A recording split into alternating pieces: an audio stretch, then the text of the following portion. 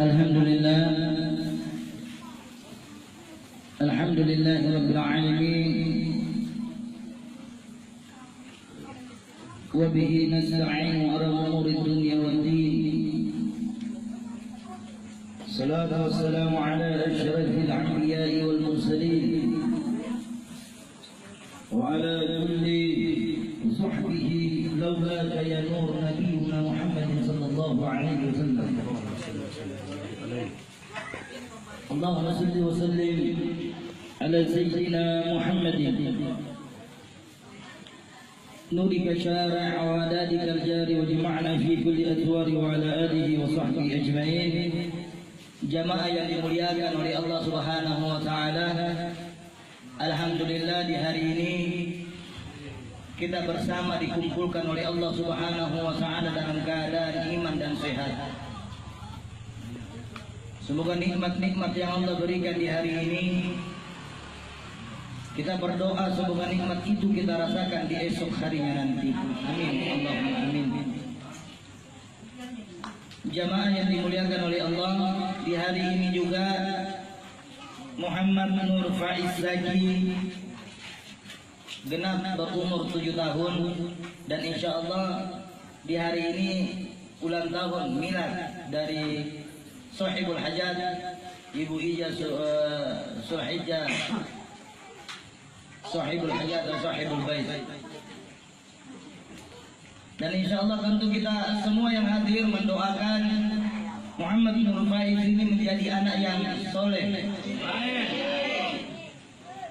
dan insya Allah kelak dia akan menjadi orang yang beriman dan bertakwa di sisi Allah Subhanahu wa taala, menjadi anak yang diberi kemudahan oleh Allah untuk mencapai semua cita-citanya dan membanggakan orang tuanya, serta mencontoh suri teladan yang dibawa oleh baginda Nabi kita Muhammadin sallallahu alaihi wasallam.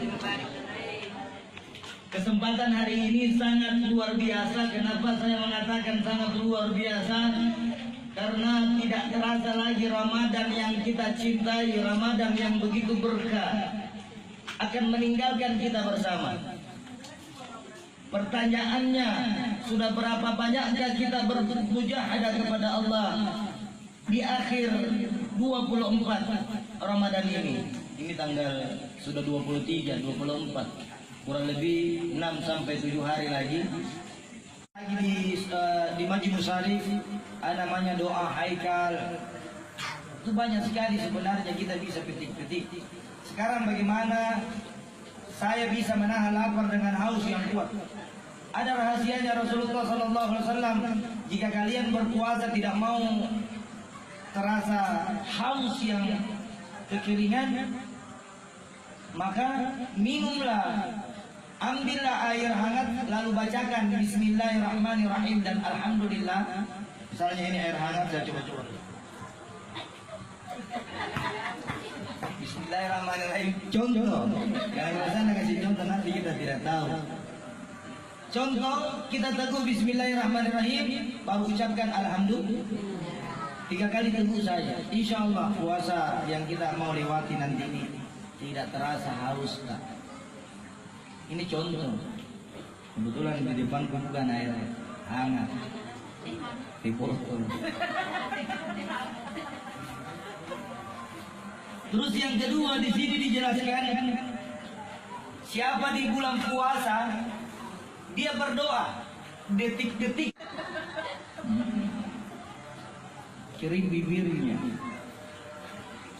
Ada juga orang tidak bisa kasih buka puasa, tidak bisa, tidak ada wajah kasih buka puasa, tapi tidak mau tahu itu tersenyum. Ini nih orang paling gigih di dunia, paling gigih. Nah itu senyum itu satu, menurut Profesor Dr. Arif Hidayatullah di Amerika, satu kali tersenyum itu 742 urat saraf itu diperbaiki. 742 urat satu kali senyum. Tapi jangan juga senyum-senyum sendiri, bahaya itu. Yang ke jujur bicara, sedekah terutama kepada para fuqaha. Apa itu fuqaha? Ada yang tahu bersedekah sama fuqaha? Bersedekah sama kerabat. Kalau kita mau bersedekah, yang pertama ada 3. Oh jangan. Siapa mau uang THR? Angkat tangan dulu. Siapa mau uang THR? Hai nah. Sedekah, terutama sedekah para kerabat. Jangan dikasih keluar itu sedekah tak jauh di luar kampung tak. Cari keluarga tak yang tidak mampu. Banyak orang salah paham tentang sedekah.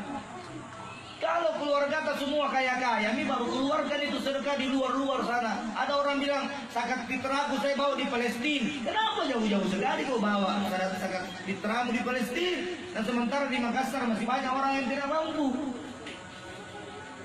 Bukan berarti kita tidak mau bantu saudara di Palestina. Banyak bicara.